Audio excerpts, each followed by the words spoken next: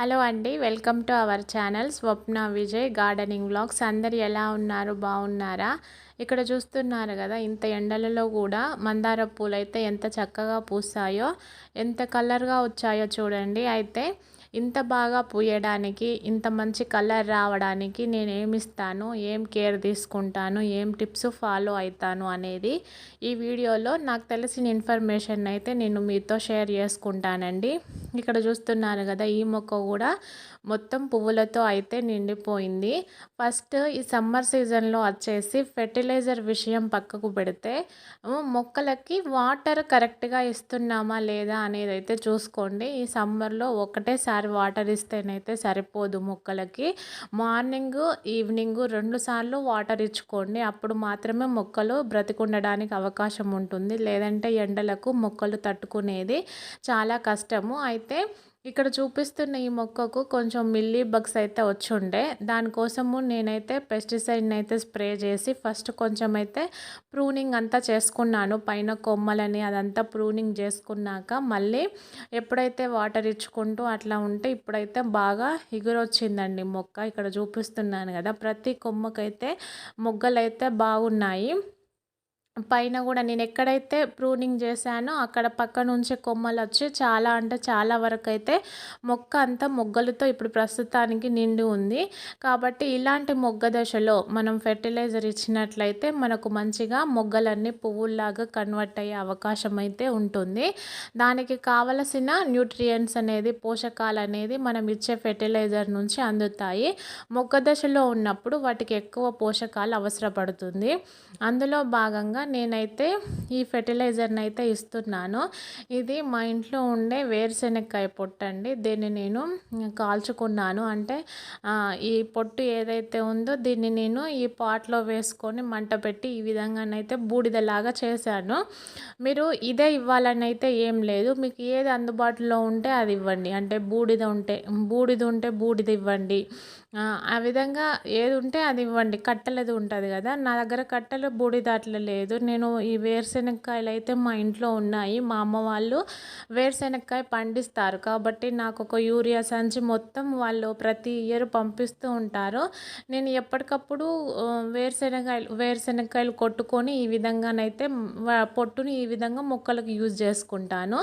వాటిని కాల్చినాక చూడండి ఎంత బాగా తయారైందో. ఇది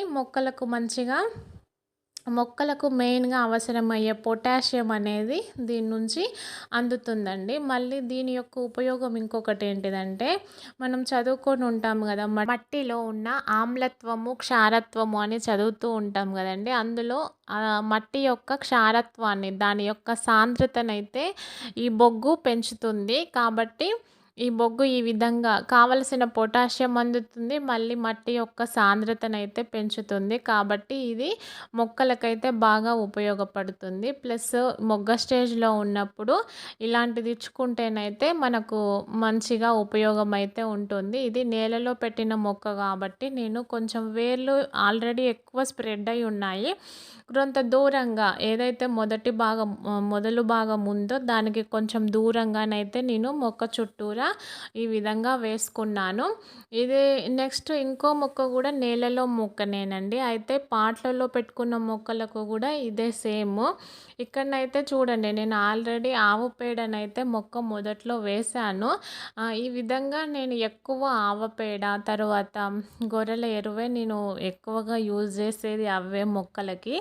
ఆ తర్వాత ఎప్పుడైనా ఈ బీట్రూట్ ఫెర్టిలైజరు, మన ఇంట్లో ఏమన్నా జ్యూసులు చేసుకుంటే వాటి యొక్క ఫెర్టిలైజర్స్ అలా ఇస్తూ ఉంటాను అంతే. ఎక్కువగా వీటి కోసం ఎక్కువ కష్టపడేది ఏం ఉండదండి. మన ఇంట్లో ఏవైతే ఉంటాయో అవే మనము మొక్కలకు ఇచ్చుకుంటూ ఉండాలి. మన ఇంట్లో ఉన్న వేస్టేజ్ మొక్కలకు బలమిస్తుంది అంతే. ఇక ఈ విధంగానైతే నేను మొక్క చుట్టూ వేసుకున్నాను. ఈ మొక్క రూట్స్ అయితే మొత్తం స్ప్రెడ్ అయిపోయి అసలు తవ్వడానికి కూడా స్పేస్ ఇవ్వడం లేదు, అంతగా స్ప్రెడ్ అయిపోయాయండి ఈ మొక్క యొక్క రూట్స్ అయితే. కాబట్టి నేను అట్లా పైన వేసాను. వాటర్ వేసినప్పుడు మళ్ళీ అదే మిక్స్ అవుతుందని ఊరికే పైననైతే వేసాను. ఈ విధంగానైతే మనము మొక్కలను చూసుకుంటూ ఉండాలండి. ప్లస్ మళ్ళీ యెల్లో ఆకులు ఏవైతే వచ్చాయో ఆ యెల్లో ఆకులను ఎప్పటికప్పుడు తీసేస్తూ ఉండాలి. తర్వాత వాటర్ సమ్మర్ సీజన్ కాబట్టి వాటర్ ఇచ్చుకోవాలి. నెక్స్ట్ మల్చింగ్ చేసుకోవాలండి మొక్క మొదట చుట్టూ. ఇక్కడ చూస్తున్నారు కదా, ఈ మొక్క మొదటి చుట్టూ అయితే మొదలు చుట్టూ నేనైతే ఆకులతో కప్పేసాను. చూడండి మీకు తీసి చూపిస్తున్నా. ఇంత ఆకులతో నేనైతే ముందు ఆ మొదలైతే కప్పి వేశాను, అది ఎండిపోకుండా ఉండడం కోసమని.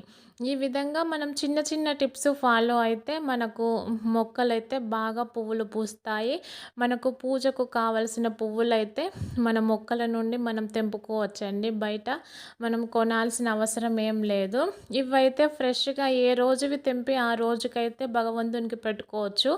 షాప్‌లో కొన్నవైతే అవి ఎప్పుడో తెంపినయి. ఇంకా మనం పెట్టుకోవచ్చు, ఏం పర్వాలేదు. కానీ ఇవైతే మనం ఎప్పటికప్పుడు రోజు రోజు ఫ్రెష్‌గా తెంపుకొని పూజ చేసుకోవచ్చండి. నేనైతే మొక్కలను పెంచడానికి మొదటి రీజను పూజ కోసమండి.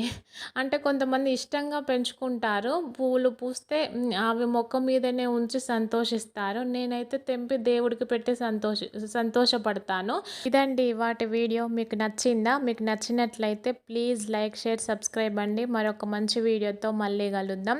అంతవరకు ఉంటానండి. Thank you all. Have a nice day. నేను చెప్తున్న ఇన్ఫర్మేషన్ మీకు నచ్చినట్లయితే ప్లీజ్ లైక్ చేయడం మర్చిపోవద్దు. మరొక మంచి వీడియోతో మళ్ళీ ఉంటానండి. లాస్ట్‌లో మా పూజా రూమ్‌ను కూడా నేను వీటితో ఏ విధంగా అలంకరించాననేది క్లిప్ యాడ్ చేశాను. లాస్ట్ వరకు చూడండి. ఓకే అండి. Thank you all. Bye. Have a nice day.